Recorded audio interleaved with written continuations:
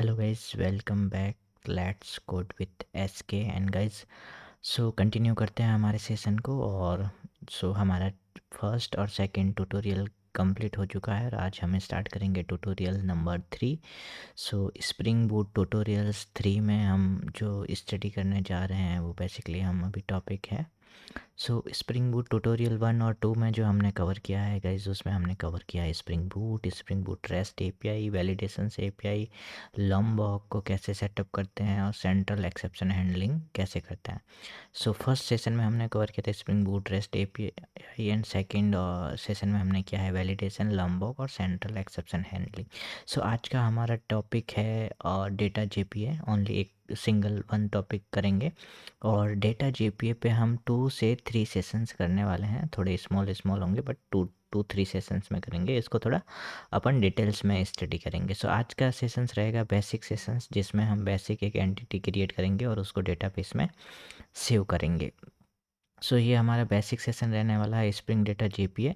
इसमें अभी हम डेटा जेपीए की रिलेशनशिप्स को स्टडी नहीं करेंगे और केवल सिंपल जो हमारा अभी ट्यूटोरियल चल रहा है उसमें जो हम यूजर क्रिएट कर रहे हैं केवल कंट्रोलर तक, उसको हम डेटाबेस में क्रिएट करेंगे। जिस यूजर ऑब्जेक्ट पे हमने वैलिडेशंस क्रिएट कर लिए हैं उस यूजर ऑब्जेक्ट को हम डेटाबेस में प्रसिस्ट करके दिखाएंगे।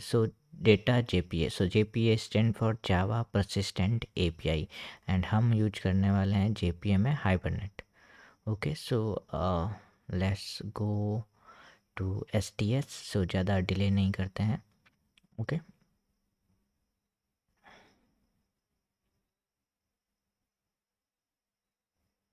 Okay, S T S is visible. Okay, S T S में जाते हैं और हम हमारी पॉम फाइल ओपन करते हैं। अभी हमारी जो पॉम फाइल है उसमें हमारे पास जो जो डिपेंडेंसी है वो है spring boot starter web for rest API, spring boot starter validation and लॉम्बॉक। Okay, इसके अलावा हमें जो जो डिपेंडेंसीज चाहिए गाइज, उस डिपेंडेंसीज में आपको जो ये सेशन है इस सेशंस के लिए ये 2 डिपेंडेंसीज एडिशनल चाहिए।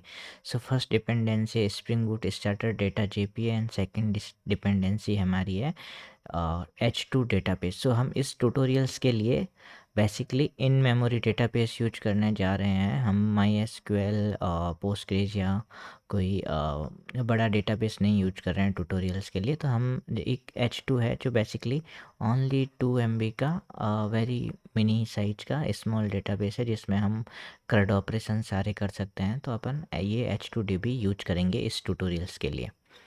Let's go. और अभी मैं आपको दिखाता हूँ कि ये 2 डिपेंडेंसी आपको कैसे मिलेगी। ये 2 डिपेंडेंसी लेने के लिए हमें जाना होगा ब्राउज़र में। ओके, और ब्राउज़र में जाएंगे हम स्प्रिंग आईओ पे जहाँ से हमने प्रोजेक्ट क्रिएट किया था। और स्प्रिंग आईओ में जाके आपको कुछ नहीं करना है। यहाँ जावा मेवन जैसा हमने प्रोजेक्ट क्रिएट किया था और अभी ये सारी प्रॉपर्टी हम चेंज नहीं कर रहे हैं क्योंकि ये सारी हमारी पॉम फाइल में ऑलरेडी है। और यहाँ आपको सर्च करना है ऐड डिपेंडेंसीज में जाके H2 डेटाबेस। यहाँ पे आपको डिपेंडेंसी सर्च करनी है और 2 डिपेंडेंसी सर्च करनी है H2 डेटाबेस और स्प्रिंग डेटा जेपीए। ये 2 डिपेंडेंसी सर्च करने के बाद आपको एक पॉम को एक्सप्लोर करना है और एक्सप्लोर करने के बाद में यहाँ से आपको इन दोनों को कॉपी करके अपनी पॉम में पेस्ट कर देना है जैसा कि मैंने किया है। ओके, जैसे ही ये 2 डिपेंडेंसी आपकी कॉपी पेस्ट हो जाती है पॉम फाइल के अंदर, आपको वापस एसटीएस में आ जाना है और अब हम यहाँ से अपना काम स्टार्ट करेंगे। फर्स्ट स्टेप हमारा रहेगा कि हमारा जो भी डेटाबेस का डेटा सोर्स है उसको हम कॉन्फ़िगर करेंगे। ओके, हमारा ये एप्लीकेशन डॉट प्रॉपर्टी फाइल है। ओके, इसमें हम किस तरीके से डेटा सोर्स कॉन्फ़िगर कर सकते हैं और उसके साथ हाइबरनेट को हम कैसे कॉन्फ़िगर कर सकते हैं। फॉर ट्यूटोरियल पर्पज मैंने ऑलरेडी पहले से कॉन्फ़िगरेशन को क्रिएट कर रखा है। Let me copy paste. I will explain. मैं एक्सप्लेन करूँगा।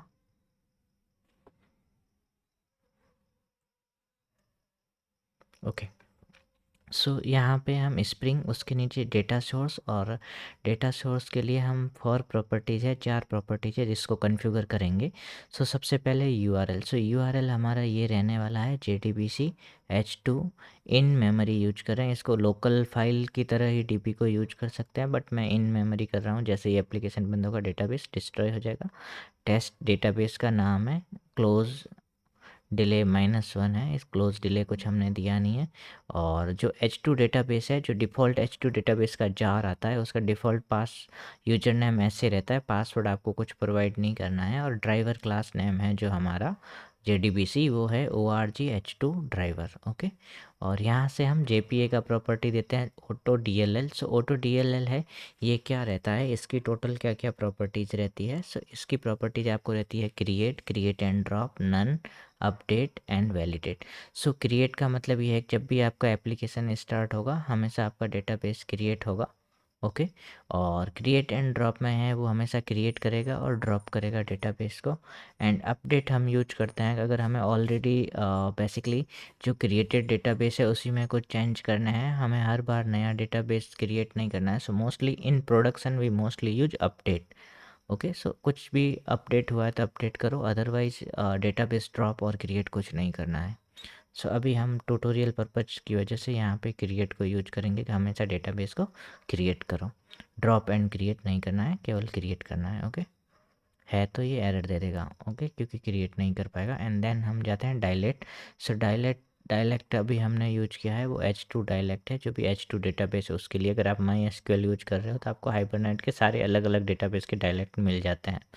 ओके, सो ये हमारा एप्लीकेशंस YML फाइल का चेंजेज है। यहाँ से हमने DB को कॉन्फ़िगर कर दिया है। तो अब हम इतना करके एक बार एप्लीकेशन को स्टार्ट करते हैं। ओके, सो यहाँ पे आप एप्लीकेशन स्टार्ट में देखोगे आपका हिकारी पुल स्टार्ट हो गया है। ओके, और H2 कंसोल आपका है।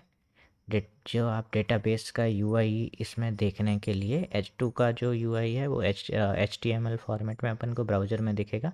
और हाइबरनेट हमारा ORM वर्जन 6.1 है, वो भी हमारा स्टार्ट हो गया है। JPA भी इनिशियलाइज है। तो अब हम एक बार ब्राउज़र में जाते हैं और डेटाबेस देखते हैं। Okay, so going to browser. Okay, so यहाँ पे हम एक नया टैब लेते हैं और ये नया टैब में हम यहाँ पे H2 कंसोल ओपन करते हैं। सो ये हमारा org-h2 ड्राइवर है, JDBC URL। सो यहाँ पे URL में हमको ये डालना है JDBC H2 MEM टेस्ट, और पासवर्ड में ऐसे रखना है।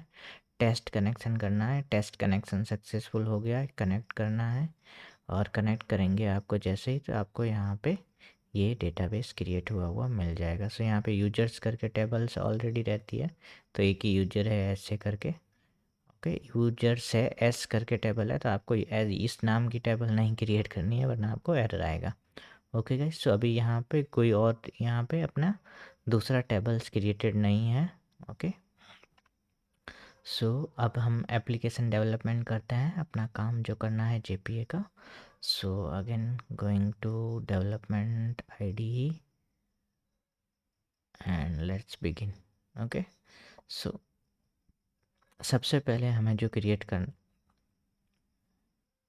सबसे पहले हमें जो काम करना है अभी, सो वो हमारा काम रहेगा कि हमें एंटिटी क्रिएट करनी है। सो एंटिटी मीन्स जो हमारा जावा ऑब्जेक्ट है उसको प्रसिस्ट करने के लिए उसको डेटाबेस के साथ मैपिंग का एक हमें करना है एंटिटी ऑब्जेक्ट क्रिएट। सो उसको हम बोलेंगे मॉडल ऑब्जेक्ट्स। ओके, सो हम एक नया यहाँ पे पैकेज क्रिएट करेंगे।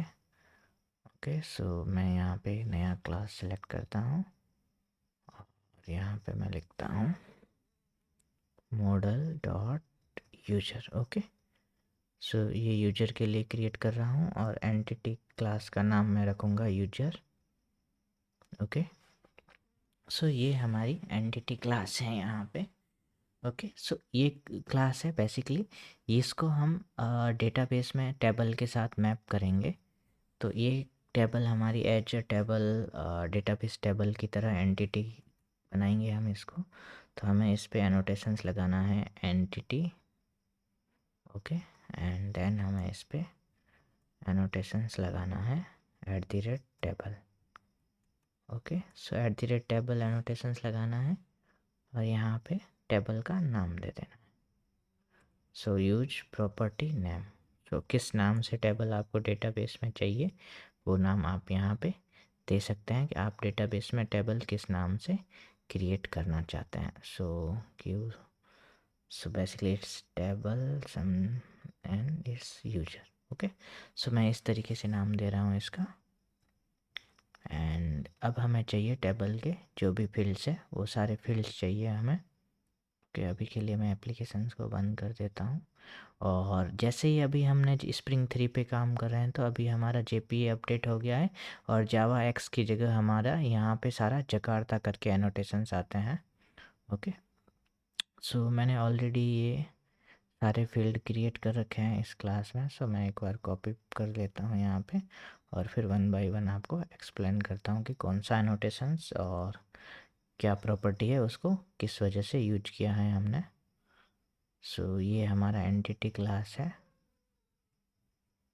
ओके, सो यहाँ पे हमने सबसे पहले फील्ड क्रिएट किया है आईडी फील्ड, जो हमारा क्लास का आईडी फील्ड रहेगा। इस पे हमने एनोटेशंस यूज किया है @ID Jakarta persistent and then generated value. Strategy जो है हमारा जनरेशन का वो आइडेंटिटी है। सो आईडी बेसिकली एनोटेशन हम यूज करते हैं जो भी कॉलम हमारा टेबल का प्राइमरी की बनने वाला है उसके ऊपर। और generation generated value, so generated value generation type is identity. So ये जो जनरेशन टाइप है ये हमारा आइडेंटिटी रहेगा। तो बेसिकली जो भी identity one by one increase करने का है JPA के ऊपर रहेगा और जो हमारा JP है वो इसकी आइडेंटिटी इंक्रीज करने के फॉर्मूले को मैनेज करेगा। ऐसे ही हमारा यहाँ पे और भी इसके जनरेशंस के टाइप रहते हैं। ऑटो, सो ऑटो बेसिकली क्या करेगा, टेबल के आपका दिखेगा कि जो आपका डेटाबेस है वो अगर ऑटो आईडी जनरेशन को सपोर्ट करता है तो उस पर चला जाएगा वो। ओके, ये indicate provide should be pick strategy for particular database, तो जो डेटाबेस जिस स्ट्रेटेजी को सपोर्ट करता है वो पिक करेगा। एंड सीक्वेंस है, सो सीक्वेंस प्रोवाइडर मस्ट प्राइमरी की एंटिटी यूजिंग डेटाबेस सीक्वेंसेस। सो ओरेकल वगैरह के केस में क्या रहता है ना, वहाँ पे यूजर फंक्शंस रहते हैं, हम वहाँ पे सीक्वेंस फंक्शन बना के रख सकते हैं और वो सीक्वेंस फंक्शन हम ये जब सीक्वेंस यूज करते हैं तो वो क्रिएट करके दे सकते हैं। इसको हम जब आगे और एक्सप्लेन करेंगे तब देखेंगे। ओके, एंड ये टेबल पे आपने ऑलरेडी कोई जनरेशन लगा रखा है आइडेंटिटी का तो उसको यूज कर लो, वो उसी सीक्वेंस को यूज करेगा। ठीक है, सो अभी हम आइडेंटिटी यूज करेंगे। सो ये आइडेंटिटी है database identity column and will be managed, जो ये मैनेज्ड है वो हमारा JPA करेगा कैसे इंक्रीज करना है। सो अभी हम यूज करेंगे आइडेंटिटी वन। ओके, सो अभी नेक्स्ट हमारा कॉलम एनोटेशंस है। तो जो भी कॉलम नेम हमें देना है टेबल में, तो अगर नहीं देंगे तो बाय डिफ़ॉल्ट इस नाम से क्रिएट हो जाएगा। अदरवाइज इसको एज ए कॉलम हमें टेबल में ट्रीट करना है तो हमने नेम दिया है, नलेबल नहीं होना चाहिए। और इसकी जो लेंथ है वो हमने ये यूज की है वेरकेर कॉलम। ईमेल भी ऐसे ही है और फिर बाकी सारे कॉलम में कुछ नहीं। और यहाँ पे एक यूनिक प्रॉपर्टी दी है हमने कि यूजर नेम डेटाबेस में सेम टेबल में डुप्लीकेट्स नहीं होने चाहिए। एंड पासवर्ड फील्ड इसमें भी कुछ नहीं दिया है हमने। एंड ये enum है हमारा, इसको हमने क्या किया, enumerated enum type string. So enum as a string से होगा हमारा डेटाबेस में और यहाँ पे हम इसको इंपोर्ट कर लेते हैं हमारे enum को। ओके, सो इसके साथ हमें यहाँ पे चाहिए होंगे सेटर एंड गेटर एनोटेशन स्लैमबॉक के, जिससे हमारा सेटर गेटर मेथड्स क्रिएट हो जाए।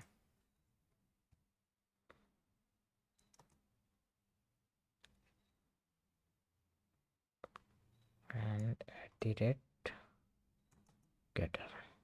Okay, so setter getter create हो जाएंगे। अब क्या है, हम यहाँ पे एक कॉमन मॉडल बनाएंगे। जो भी टेबल्स होती है उसमें हम mostly created and last modified date रखते हैं। सो वो हर एक एंटिटी में वो फील्ड क्रिएट करने की जगह हम क्या करेंगे, यहाँ पे बेसिकली यूज करेंगे इनहेरिटेंस कंसेप्ट का। और यहाँ पे जैसे हम एक क्लास क्रिएट करेंगे। ओके, सो इस क्लास को हम कोर पैकेज में रखेंगे मॉडल की, तो ये हमारी कोर क्लास रहेगी। ओके, सो कोर क्लास का क्या काम रहेगा वो मैं अभी आपको एक्सप्लेन करता हूँ। ओके, सो इसका नाम रखेंगे हम मॉडल टाइम स्टैम्प। सो ये बेसिकली क्लास है, जो इस क्लास को जो भी दूसरी क्लास एक्सटेंड करेगी, इनहेरिट करेगी, उस क्लास में हमेशा क्रिएटेड डेट और last modified date fields automatically inherit होके आ जाएंगे। तो हमें सारी एंटिटी क्लास में क्रिएटेड और लास्ट मॉडिफाइड फील्ड बनाने की ज़रूरत नहीं रहेगी। ओके, सो इस क्लास को हमें जेपीए में इनहेरिट करना है। सो जीपीए में कोई भी क्लास ऐसे ही इनहेरिट नहीं होगी, ऐसे ही वो टेबल पे इनहेरिट नहीं होगी। तो उसके लिए हमें यहाँ पे एक एनोटेशन यूज करेगा @सुपर करके। ओके, सो ये हमारी @मैप्ड सुपर क्लास है। ओके, और अभी मैं इस क्लास का सारा जो भी लॉजिक है वो यहाँ पे आपको एक्सप्लेन करता हूँ। सो ये एनोटेशंस हम यूज करेंगे यहाँ पे। देन डेटा फॉर लॉम्बॉक, सो ये एनोटेशंस जो हमने यूज किया है यहाँ पे। ओके, सो ये एनोटेशंस यूज किया है कि ये क्लास को हम जेपीए में as a parent class use करेंगे। So design iterate mapping information applied entity inherit from it. Okay, so then यहाँ पे basic, then temporal annotations and temporal type, created time stamp, type is java util, and this is updated time stamp. सो अभी एक एक annotation को explain करते हैं। So basic मैंने इसलिए यूज किया है कि ये जो मेरी करंट क्लास है इसको मैंने एंटिटी और टेबल अनोट नहीं किया है, और मुझे ये फील्ड एज ए टेबल में एज ए कॉलम या एज ए टेबल फील्ड चाहिए। तो उसके लिए मुझे यूनिट यूज करना पड़ेगा @बेसिक एनोटेशंस। और @टेम्पोरल मैंने यूज किया है, ये एक डेट टाइप का है और इसको मुझे as a time stamp database में सेव करना है। तो इसका वैल्यू अलग अलग रहता है टेम्पोरल का। Okay, as a time only, as a date only, और as a time stamp. So हमें as a time stamp use करना है। और ये एनोटेशन सबसे इंपॉर्टेंट है, ये है हमारा क्रिएट टाइम स्टैम्प। सो ये क्या करेगा, क्रिएटेड डेट को केवल जब आपका कोई भी मॉडल फर्स्ट टाइम क्रिएट होगा तभी डेटाबेस में ऐड करेगा, अदरवाइज ये फील्ड हमेशा आपका डेटाबेस में अपडेट नहीं होगा, ओनली क्रिएशन टाइम में ही ये डेट जाएगी। And then we have used here यहाँ पे अपडेट टाइम स्टैम्प। सो ये क्या करेगा, ये फील्ड को जब भी आपका डीटीओ अपडेट होगा, ये एंटिटी अपडेट होगा, तो वो टाइम पे ये हमारा यूज होगा। प्रोटेक्टेड यूज़ किया है, केवल ये वाले पैकेज के अंडर ही यूज होगा ये सब। ओके, सो अब हम यहाँ क्या करते हैं, हमारी यूजर क्लास को एक्सटेंड करवाते हैं। Okay, this class will extend model time stamp. Okay, so हमारा एंटिटी क्लास बन गया है, पूरा एंटिटी मैपिंग हो गई है टेबल नाम से। अब हमें क्रिएट करना है हमारा सर्विस क्लास और रेपोजिटरी क्लास, जिसके थ्रू हम यूजर ऑब्जेक्ट को रेपो तक ट्रांसफ़र करेंगे और सेव करेंगे।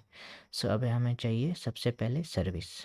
ओके, सो अभी सर्विस भी हम इंटरबेस ड्रिवन सर्विस बनाएंगे। सो हम क्रिएट करेंगे यूजर सर्विस, यहाँ पे हम पैकेजिंग करेंगे उसकी सर्विस और यूजर, उसमें हमारी यूजर सर्विस नाम का इंटरफेस रहेगा। ओके, एंड देन हम क्रिएट करेंगे एक इम्प्लीमेंटेशन क्लास। ओके, सो इसका एक इम्प्लीमेंटेशन क्लास क्रिएट करेंगे जिसका नाम रहेगा यूजर सर्विस IMPL। सो इंटरफेस ड्रिवन हमने सर्विस क्रिएट किया है यहाँ पे, और ये हमारा सर्विस इम्प्लीमेंट करेगा यूजर सर्विस इंटरफेस को। Okay, and we will use here service annotation @service। So basically अब मैंने यहाँ पे सर्विस एनोटेशंस क्यों यूज किया है, तो इसके लिए जैसे हमने जब कंट्रोलर क्रिएट किया था, अगर आप देखेंगे तो हमने यहाँ पे रेस्ट कंट्रोलर एनोटेशन यूज किया था। तो मैंने आपको बताया था कि हमने रेस्ट कंट्रोलर एनोटेशन क्यों यूज किया है। सो रेस्ट कंट्रोलर एनोटेशन है वो हमें दो कंट्रोल एनोटेशंस का कॉम्बिनेशन प्रोवाइड करता है, @कंट्रोलर और @रेस्पॉन्स बॉडी।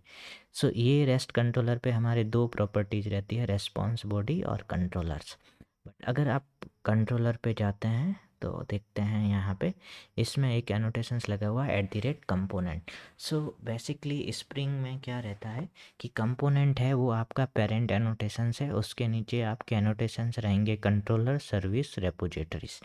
सो कंपोनेंट एनोटेशन आप जब भी सप्लाई करते हो तो उसका ये मीनिंग रहता है कि आपकी जो क्लास है वो स्प्रिंग डिपेंडेंसी इंजेक्शंस के लिए स्कैन होगी। ओके, सो जो आपका स्प्रिंग कंटेनर है उसके अंदर आपका बीन क्रिएट होगा। कब क्रिएट होगा और वो स्कैन होगा जब आपने उस पर @कंपोनेंट एनोटेशंस यूज किया है। तो अब हम डायरेक्टली @कंपोनेंट एनोटेशंस यूज नहीं करते हैं क्योंकि स्प्रिंग ने हमें ऑलरेडी कंट्रोलर्स बनाने के लिए कंट्रोलर एनोटेशन प्रोवाइड किया है जो ऑलरेडी @कंपोनेंट को यूज करता है, और रेस्ट कंट्रोलर एनोटेशंस बना के दिया है जो कंट्रोलर और रेस्पॉन्स बॉडी दोनों को यूज करता है। ओके, सो इस तरीके से ये हो गया। और हमारा जो सर्विस एनोटेशन है इसको आप देखोगे तो ये भी कंपोनेंट एनोटेशन का बेस पे बना हुआ है। ओके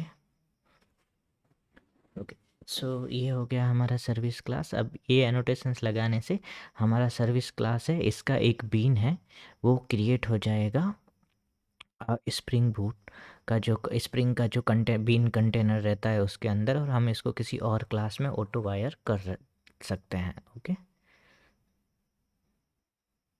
सो ये हमारा सर्विस हो गया। अब हमें सर्विस में हमारा एक मेथड इम्प्लीमेंट करना है जो यूजर क्रिएट करेगा, लेकिन वो मेथड क्रिएट करने से पहले हम हमारा रेपोजिटरी क्लास है वो क्रिएट करेंगे, फिर हम सर्विस का इम्प्लीमेंटेशंस लिखेंगे। ओके, सो यहाँ पे आपको रेपोजिटरी में क्या करना है कि आपको यहाँ पे एक पैकेज क्रिएट करना है रेपो, उसके अंदर यूजर, और आपका जो भी रेपोजिटरी है, जैसे हमारा रेपोजिटरी रहेगा user repo. Okay, user repository. So ये एक इंटरफेस रहेगा, और स्प्रिंग में हमें यहाँ पे एक्सटेंड करना होगा, एक्सटेंड। सो इंटरफेस किसी दूसरे इंटरफेस को कभी भी इम्प्लीमेंट नहीं कर सकता है, बिकॉज इंटरफेस में इम्प्लीमेंटेशंस नहीं रहती है, but interface can extend other interface. किसी क्लास को एक्सटेंड नहीं कर सकता है क्योंकि क्लास में ऑलरेडी इम्प्लीमेंटेशंस होती है। ओके, सो हम यहाँ पे किसी भी इंटरफेस में दूसरे इंटरफेस को एक्सटेंड कर सकते हैं, तो हम यहाँ पे एक्सटेंड करेंगे JPA रेपोजिटरी। सो स्प्रिंग डेटा JPA है, उसमें सबसे ऊपर एनोटेशंस रहता है रेपोजिटरी, जो एक एब्स्ट्रैक्ट क्लास है जिसमें काफ़ी सारे रेपोजिटरी से रिलेटेड ऑपरेशन के फीचर रहते हैं। उसके नीचे रहती है CRUD रेपोजिटरी, और CRUD रेपोजिटरी के नीचे आता है सॉर्ट एंड पेजिनेशन करके रेपोजिटरी, और उसके नीचे आता है JPA रेपोजिटरी। सो JPA रेपोजिटरी में हमें कॉम्बिनेशन मिल जाता है, CRUD रेपोजिटरी का भी सारा फीचर मिल जाता है, और हमें पेजिनेशन सॉर्टिंग रेपोजिटरी का फीचर भी मिल जाता है, और उसके साथ में एक दो क्वेरी रेपोजिटरी वगैरह के भी एडिशनल फीचर हमें यहाँ पे मिल जाते हैं। अब हमें यहाँ पे T और I ये दो जेनरिक है, इनको कन्वर्ट करना है। सो फर्स्ट आपका एंटिटी क्लास होगा, जो भी आपका एंटिटी क्लास है, तो ये हमारा एंटिटी क्लास है यूजर, और फिर उसका जो प्राइमरी की है उसका डेटा टाइप क्या है, तो वो है हमारा लॉन्ग। ओके, सो यहाँ पे हमें इतना ही क्रिएट करना है, और इसके बाद जब भी हम कोई यूजर क्रिएट करेंगे तो उससे पहले हमें एक मेथड चाहिए जिसके थ्रू हमें पता चले कि वो यूजर ऑलरेडी क्रिएटेड है या नहीं। तो हम यहाँ पे एक कस्टम मेथड क्रिएट करेंगे जो ऑलरेडी अवेलेबल नहीं है। हमें यूजर नेम से चेक करना है, अगर आईडी से चेक करना है तो बाय डिफ़ॉल्ट मेथड रहता है रेपोजिटरी में, बट हमें चेक करना है यूजर नेम के साथ। सो हम यहाँ पे लिखेंगे optional and find by user name. Okay, so find by आपको सफिक्स प्रीफिक्स यूज करना पड़ेगा, ये इसका बेसिकली नेमिंग कन्वेंशंस है। सो इस तरीके से फाइंड बाय, और देन आपका कॉलम का नाम। सो आपको कोई क्वेरी लिखने का नीड नहीं है, स्प्रिंग आपके लिए सारा क्वेरी प्रिपेयर करेगा। इस तरीके से JPA का बेनिफिट है। और यहाँ पे हम लिखेंगे स्ट्रिंग यूज़र नेम। सो हम इसको यूज़र नेम फील्ड पास करेंगे, और ये हमें ऑप्शनल में यूजर ऑब्जेक्ट देगा कि यूजर एग्जिस्ट करता है या नहीं। सो अब हमारा चलते हैं हम सर्विस में। ओके, सो अब हम सर्विस में एक मेथड क्रिएट करेंगे जिसका नाम होगा क्रिएट यूजर। ओके, सो उसको हम क्रिएट यूजर डीटीओ पास करेंगे और वो हमारा यूजर क्रिएट करेगा एंटिटी में कंटेंट मैप करके। सो ये हमारा यहाँ पे एक मेथड है सर्विस में, और जैसे ही मैंने यहाँ पे ये क्रिएट किया तो मुझे यहाँ पे यूजर सर्विस IMPL में अनइम्प्लीमेंट मेथड का एरर आने लग गया। ओके, सो अब मैं इसका इम्प्लीमेंटेशन लिखूँगा, बट मैंने ऑलरेडी लिख रखा है, तो मैं इसको कॉपी पेस्ट करता हूँ और आपको एक्सप्लेन करता हूँ।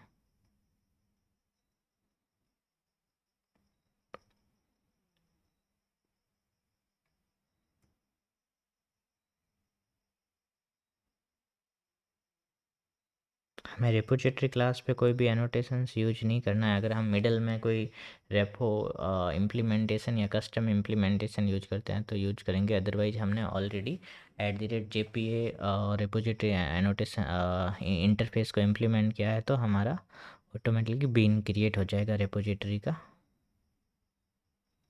ओके, सो यहाँ पे हम जावा ऑप्शनल एंड ये हमारा एंटिटी रहेगा, हमारा मॉडल, एंड ये एक क्लास है स्प्रिंग बीन यूटिल्स। ओके, सो अभी यहाँ पे हमने क्या किया है, सो हमने यहाँ पे इम्प्लीमेंट किया क्रिएट यूजर। ये हमारा DTO ऑब्जेक्ट है जिसमें वैलिडेशंस है। सो हमने एंटिटी और DTO को अलग रखा है क्योंकि DTO में हम बेसिकली API से रिलेटेड वैलिडेशंस वगैरह करेंगे, और फ्यूचर में जब स्वेगर आएगा तो स्वेगर से रिलेटेड हम डॉक्यूमेंटेशन के एनोटेशंस वगैरह यूज करेंगे। और एंटिटी हमारी क्लियर प्लान रहनी चाहिए कि उसमें हमने डेटाबेस से रिलेटेड क्या मैपिंग की है वो रहे, तो हमारे लिए फ्यूचर में कोड मेंटेनेंस ईजी रहेगा। हम दोनों को डिफरेंटली ट्रीट कर सकते हैं। कल को API में एक दो फील्ड ऐड होते हैं या कुछ और चीज़ें हमें करनी है तो हम DTO में करेंगे और एंटिटी को थोड़ा क्लीन रखेंगे।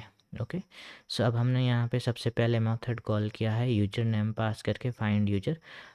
तो अगर यूजर मिल जाता है यहाँ पे ऑप्शनल तो हम इज़ प्रेजेंट ऑलरेडी, तो हम थ्रो करते हैं user already exist with user name. ठीक है, और एल्स हम यहाँ पे क्या करेंगे, एक नया एंटिटी का ऑब्जेक्ट क्रिएट किया है हमने, और ये मेथड यूज किया है हमने बीन यूटिल्स को। सो फ्यूचर में हम जाके मैप स्ट्रक्ट यूज करेंगे यहाँ पे।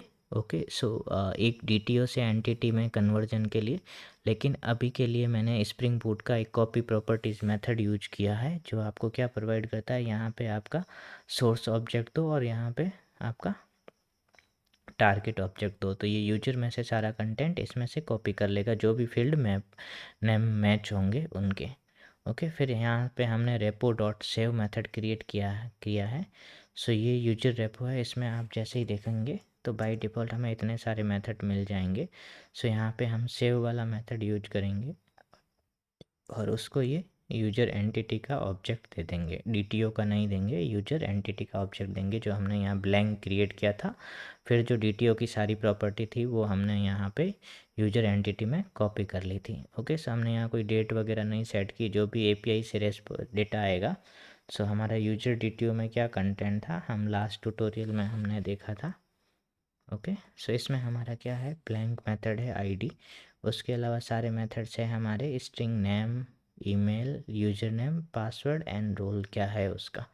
ओके, और इस पे हमने यहाँ पे जावा एक्स वैलिडेशंस के मैसेजेस लगा रखे हैं। ओके, और यहाँ पे रेपो में से होके हमें ये ऑब्जेक्ट वापस मिल जाएगा, तो हम क्या करेंगे, जो भी हमारा यूजर ऑब्जेक्ट है वो हमें वापस मिल गया है, और जो हमारा DTO ऑब्जेक्ट था उसमें हम जो नई ID क्रिएट की है यूजर की वो ऐड करेंगे और उस यूजर ऑब्जेक्ट को वापस भेज देंगे, तो हमें पता चल जाएगा यूजर क्रिएट हुआ या नहीं। ओके, सो हमारा सर्विस का हो गया है इम्प्लीमेंटेशंस और रेपो का भी हो गया है। अब हमें हमारे यूजर कंट्रोलर में सर्विस को कनेक्ट करना है। ओके, और अगेन यहाँ पे एक बार मैं समझाता हूँ, और एक पॉइंट ये वाला जो मिस कर दिया है मैंने। सो यूजर रेपोजिटरी को इस तरीके से कुछ हम यहाँ पे सर्विस में यूज करेंगे। सो ये ऑटो वायर एनोटेशन क्या करता है कि आपका जो भी स्प्रिंग जो कंटेनर्स रहता है उस कंटेनर्स में कोई भी बीन ऑब्जेक्ट ऑलरेडी अवेलेबल है तो उसको यहाँ पे ऑटो वायर करता है। अगर उसकी मल्टीपल कॉपीज़ है तो आपको यहाँ पे @क्वालिफायर एनोटेशन देके बीन का एग्जैक्ट नाम देना पड़ता है। और अगर उसके मल्टीपल्स ऑब्जेक्ट नहीं है तो आपका इस तरीके से ऑटो वायर हो जाएगा। वो ऑब्जेक्ट यहाँ पे जैसे आप न्यू करके जावा ऑब्जेक्ट क्रिएट करते हो वैसे ही स्प्रिंग इसमें डिपेंडेंसी इंजेक्ट कर देगा। ओके, सो डिपेंडेंसी ऑटो वायर करने के बहुत से मेथड रहते हैं, कंस्ट्रक्टर, मेथड टाइप, और हम यहाँ पे यूज कर रहे हैं ये वेरिएबल टाइप वाला, जिसमें हमने डायरेक्ट वेरिएबल डिक्लेयर किया है और इस पर ऑटो वायर कर दिया है। ओके, सो यही वाला तरीका हम यूज करके अभी हम हमारा जो यूजर कंट्रोलर है उसमें यूजर सर्विस को ऑटो वायर करेंगे। सो प्राइवेट यूजर सर्विस, हम यहाँ पे इंटरफेस को करेंगे यूज, हमें इम्प्लीमेंटेशन क्लास को यहाँ पे नहीं यूज करना है। और स्प्रिंग बूट हमेशा उस इंटरफेस के नीचे कौन सी इम्प्लीमेंटेशन अवेलेबल है उसको फाइंड करके स्कैन करके यहाँ पे इंजेक्ट कर देगा। ओके, अब हम यहाँ पे यूज करेंगे इसको। सो user service dot create method में हम हमारा यूजर ऑब्जेक्ट पास कर देंगे। ओके, सो ये हमारा पूरा कनेक्टिविटी हो गया है कंट्रोलर, कंट्रोलर से यूजर जाएगा सर्विस और सर्विस से रेपोजिटरी के थ्रू सेव हो जाएगा। अब हमें स्टार्ट करना है हमारा एप्लीकेशन। सो स्टार्ट करते हैं, ये हमारा कंसोल रन हो रहा है यहाँ पे। Okay, so started successfully. अब हम पोस्टमैन में जाते हैं और हमारा एपीआई टेस्ट करते हैं कि हमारा एपीआई वर्क कर रहा है या नहीं, जो हमने अभी क्रिएट किया है। सो हम आ गए हैं पोस्टमैन में। ओके, सो यहाँ पे मैंने ये सारा डेटा बना रखा है जेसन में, नाम, user name, email, password. Okay, so अगर जैसे मैं यहाँ से पासवर्ड को हटाता हूँ तो आप देखेंगे हमें जावा एक्स वैलिडेशन आ जाएगा, password is mandatory. Okay, so validation हमारा काम कर रहा है। और अब मैं यहाँ पे क्रिएट करता हूँ यूजर को। तो जैसे ही मैंने सेंड किया तो आप देख रहे हो यहाँ पे हमारा ID1 ABCD इस नाम से यूजर क्रिएट हो गया है। और जैसे ही मैं दोबारा इस API को हिट करूँगा तो हमें यहाँ पे इलीगल आर्गुमेंट एरर आया, जो हमने सेंट्रल एक्सेप्शन हैंडलिंग कर रखा है उसकी वजह से हमें पूरा स्टैक ट्रेस या बड़ा सा एरर कंसोल में नहीं आया है। और यहाँ पे हमें मैसेज आया है आर्गुमेंट नॉट करेक्ट और user already exist with user name test. जो ये टेस्ट आर्गुमेंट है वो हमारा सही नहीं है। ठीक है, या फिर फ्यूचर में हम यहाँ पे हमारी कस्टम एरर बनाएंगे, कस्टम एक्सेप्शन क्लास बनाएंगे जिसका हम नाम रखेंगे यूजर ऑलरेडी एग्जिस्ट करके, और वो वाला एक्सेप्शन हम थ्रो करेंगे। ओके, अब हमें ये डेटाबेस में जाके देखना है कि ये ऑब्जेक्ट वहाँ पे कैसे क्रिएट हुआ है। ओके, सो अब हम चलते हैं ब्राउज़र में। ओके, ब्राउज़र में जाके हम यहाँ पे हमारे डेटाबेस को एक बार रिफ़्रेश करते हैं, वापस से कनेक्ट करते हैं और आप देखोगे यहाँ पे TBL यूजर आपका टेबल आ गया है। और जैसे इस पे आप क्लिक करोगे तो आपका ये सेलेक्ट क्वेरी बन जाएगा। इसको आप रन करोगे तो आप देखोगे यहाँ पे ये टाइम पे ये रोल के साथ में ABCD पासवर्ड ये के साथ में एक यूजर क्रिएट हो गया है। ओके, सो गाइज ये सेशन में हम इतना ही कवर करेंगे। और एक टॉपिक मैं आपको और बता रहा हूँ कि ये जो भी पूरा सेशन है इसका सोर्स कोड है वो मैं सारे ट्यूटोरियल्स का यहाँ मेरा सुरेश जावा डेव गिटहब पे अपलोड कर रहा हूँ। और आप यहाँ पे इस स्प्रिंग ट्यूटोरियल्स करके रेपोजिटरी में देखेंगे तो हर एक ट्यूटोरियल वाइज यहाँ पे कंटेंट अपलोडेड है और आप यहाँ जाके सारा कंटेंट देख सकते हो। जो भी सोर्स कोड है वो यहाँ पे स्टडी कर सकते हो। और इसका जो लिंक है वो मैं डिस्क्रिप्शन में ऐड कर दूँगा वीडियो के। And thanks for watching, like कीजिए, सब्सक्राइब कीजिए एंड थोड़ा मोटिवेट कीजिए अगर आपको कंटेंट अच्छा लग रहा है। कुछ फीडबैक है, कुछ सजेशंस है, so please comment. Thanks for watching.